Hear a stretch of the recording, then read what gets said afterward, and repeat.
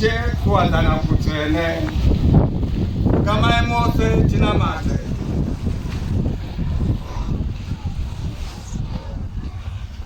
Baba wetu uri kudenga Bali bapenu saraku mambo wako ngauye kula kwako ngakuchepanyika kufanana sezvetwa kudenga tipe nasa dzaredu ramazwa namazwa tiregerere mhosva dzedu kufanana nesu tinoregerera avo vanotitadzira isu rega kutipinza pakuedzwa tiponese pazvakaipa nokuti umambo ndehwako namasimba ndeako noutsvene ndehwako udzamarare kwesingaperi. Amen. Mwari una masimba ose inoti mwoyo yose izaruke kwauri nokufa kufanirwa kwako kunozikanwa newe pasina chimwe chinhu zvakawanda kwauri nasa kufunga kwemwoyo yedu nokufemera kwomweya wako mutsvene kuti tigokuda takakwana nezita rako dzvene tirirumbidze nokwakafanira nenzira yaJesu Kristu Ishe wedu. Amen.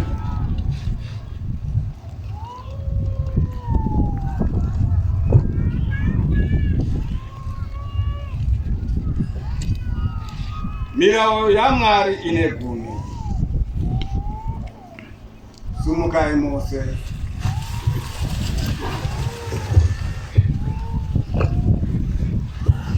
Vanhu vakafuga mafuga amaisori gamai.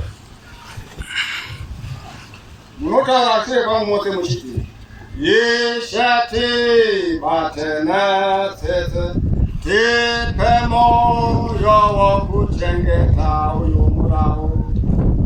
Ini ndiri Jehovha Mwari wako wakakubudisa munyika yeChipita muimba yeuranda.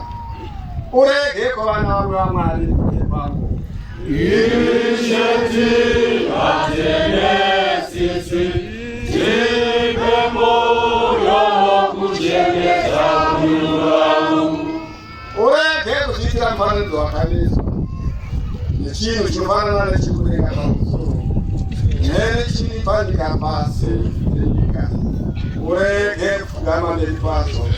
Urege kuzvishandira nokuti Jehovha Mwari wako ndiri Mwari ane shanje noshambira mhosva dzamadzibaba vako navana pauzuru pechitatu nepauzuru pechina nechizukuru chavanondivenga ndiitire tsitsi muzvuru dzavanondida navanochengeta mirao yangu. Yeshati batena tsitsi tipe moyo wokuchengeta uyu murao. Urege kutamba nezita raJehovha Mwari wako nekuti Jehovha angarege kumupa mhosva uyo anowanika achitamba nezita rake. Yeshati batena tsitsi tipe moyo wokuchengeta uyu murao. Funga musi weSabata kuti uite mutsvene unogoshanda nemisi mitanhatu uite ose mabasa ako. Asi musi wechinomwe iSabata raJehovha Mwari wako saita rimwe basa nawo iwe nomwanakomana wako nomwanasikana wako nomuranda wako nomurandakadzi wako neng'ombe dzako nemwenzi ari pakati pamasonzuro ako. Nokuti nemisi mitanhatu Jehovha wakasika denga nenyika negungwa nezvose zviripo akakuzorora nemusi wechinomwe.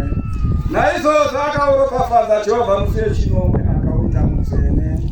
Yeshati batena tsitsi tipe moyo wokuchengeta uyu murao.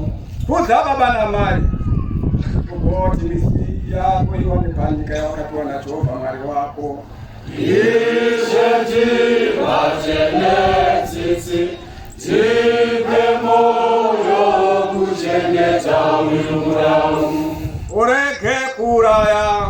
Yeshati batena tsitsi tipe moyo wokuchengeta uyu murahu ureke kupombora ishati wajenetsitsi tipe moyo kuchengeta uyu murahu ureke kuba ishati wajenetsitsi tipe moyo kuchengeta uyu murahu ureke kupurira nhema kuhama yako ishati wajenetsitsi tipe moyo kuchengeta uyu murahu ureke kuitira usinu imba yama yako ureke kuitira usinu mukazi wehama yako nemuranda wake nemurandakazi wake nenzombe yake nemupendwa wake nechimwe chinhu chehama yako ishati wajenetsitsi tipe moyo kuchengeta uyu murahu rutendo rwavapostora Mose mutaura mashoko ayafire pangu muchitevera nenge chitaura ndinotenda kuna Mwari ndinotenda kuna Mwari Baba una masimba ose Baba una masimba ose musiki wedenga nenyika musiki wedenga nenyika nekuna Jesu Kristu nekuna Jesu Kristu mwanakomana wake mumwe chete ndiye Ishe wedu wakanongwa nomweya mutsvene akazvarwa nemhandara Mariya akanzwa kurwadza Pontius Pilato akaroverwa pamuchinjikwa akafa akavigwa muguva akaburukira kuwashakafu akati nomusi wechitatu akamuka kakare pakufa akakwira akaenda kudenga agere kurudyi waMwari Baba una masimba ose achauya kakare kucheka mhosva dzavapenyu nedzavakafa ndinotenda kumweya mutsvene kokoro dzamutsvene kokose kunyika nokuwadzana kwavatsvene nokuregererwa kwezvakaipa nokumuka kwomuviri pakufa noupenyu usingaperi. Amen. Karai pasi.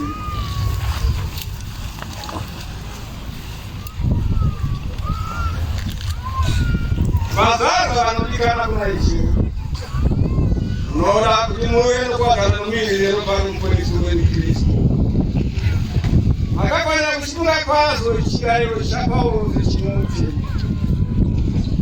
vanhu vose ngavazvitarise kutanga pachirayiro ichi chivabata uyu mukombe vana kwauri titongezemo gavazvarwa kuti murege kutongeswa naShe mugodzoka nechokwadi pane zvakaipa zvenyu zvamaita kare muve nerutendo rwakasimbisisa nakiti muponesi wedu gadzirai chigare chenyu mude vanhu vose tifanire kugoveka izvo zvakawanda zvitsvene kakare makafanira kutenda nemwoyo yakarurama kuna Mwari Baba kumwanakomana nomweya mutsvene nenzira yekuti nyika yakasunungurwa nokufa nokurwadza kwamuponesi wedu Kristu wakanga ari Mwari nomunhu akazviita murungu akatira pamuchinjikwa isu vatadzi vanoshandisa vangatigere parimana pamumvuri wokufa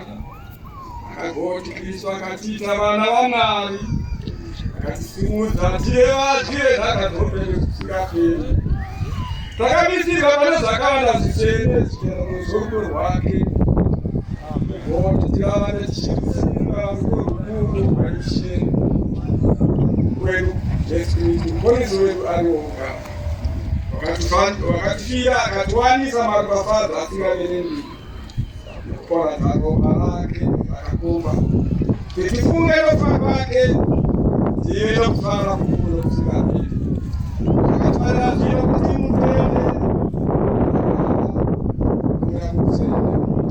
atiyedekokeza kunamata nomutene wechobali kurama yose misiro kutondo wedu imunotoka pale zvakaipa zvenyu nechokwadi nemwoyo munodana navanhu mose munoda kugara pachigare chisa muchitevera mirayiro yaMwari mufambe panzira yake tsvene tenderai nekutendo muchitora ichi chitendero nechitsvene mutendere pakurarama kuna Mwari unamazuva ose ame navazvichi Kamai Mose.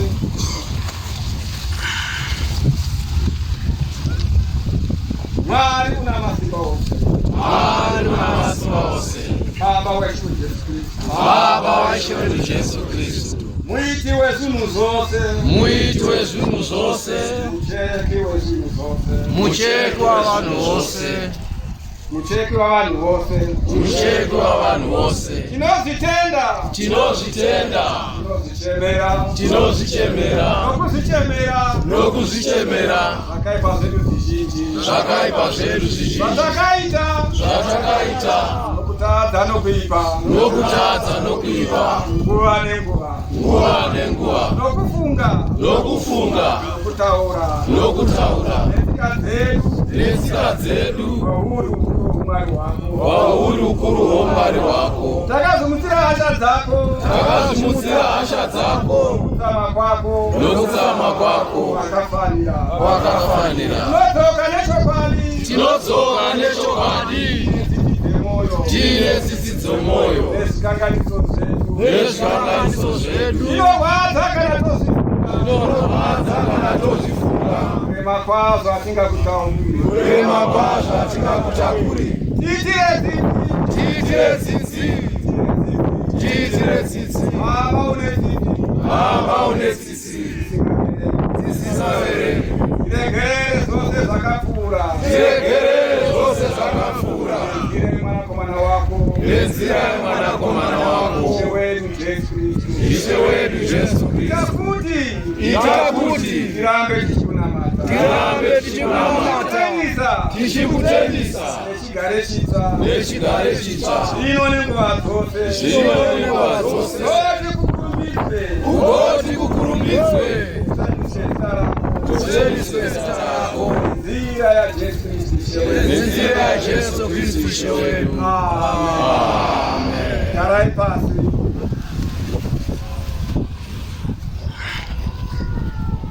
Mwari una masimba ose. Baba wedu uri kudenga. Wakati netsitsi dzako huru. Ukavapa chifundiso chekudengerwa zvakaipa zvavo. Vose vanozveka pauri nokuzokutechokwadi. Iva netsitsi kwatiri. Tinengera zvakaipa zvedu. Tiponese kwazviri. Tisimbise tisimbe kwazviri. Zvose zvakanaka. Muzamara reutipidze muupenyu husingaperi. Nenzira yaJesu Kristu Ishe wedu. Amen.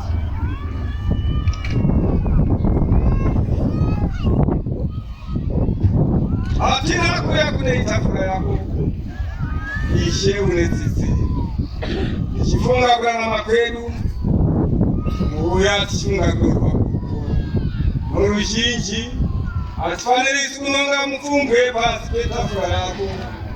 Asi iwe uri Ishe unogara uine tsitsi nenguva dzose. Tipe Ishe unengoni kuti tiidye nyama yemwanakomana wako Jesu Kristu. Tirimwe neropa rake. Nenzira yekuti miviri yedu yakaipa ishambirwe kwake. Iitine Mwari yedu ishambwe neropa rake. Tigare kwaari. Mwari agare kwatiri. Titamare kwedu. Kamai Mose.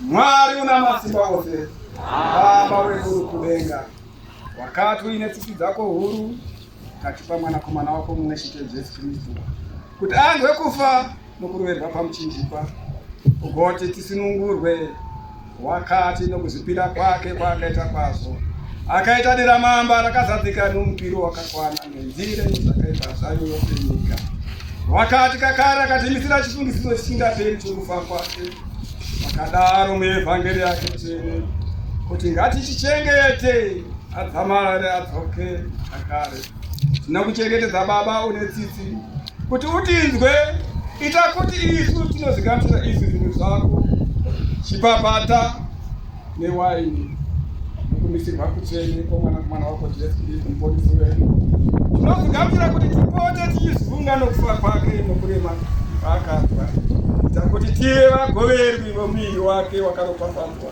neropa rake rakaropafadzwa akati naiye naiwo usiku wakapirwa navo pavavengi vake akatora chipapata akagota atenda akachimedura akagovera vadzidzi vake achiti torai mudye mwiri wangu wakapirwa ini. Hallelujah. Itai izvi nokuti Right with the binora, Jeros Pai. akati kakare shure High by then with the crochet. kwechirayo My Lord akatora Jesus, mukombe Jehovah Kamarai. akagota atenda akavapa achiti Hallelujah. wai mose pauri nekuti ropa rangu How gentle. rakaparadzwa nenzira yenyu kugovepo kugoverwa Heba Deba. itai izvi Deben ora debetani. Him 24. Him 24.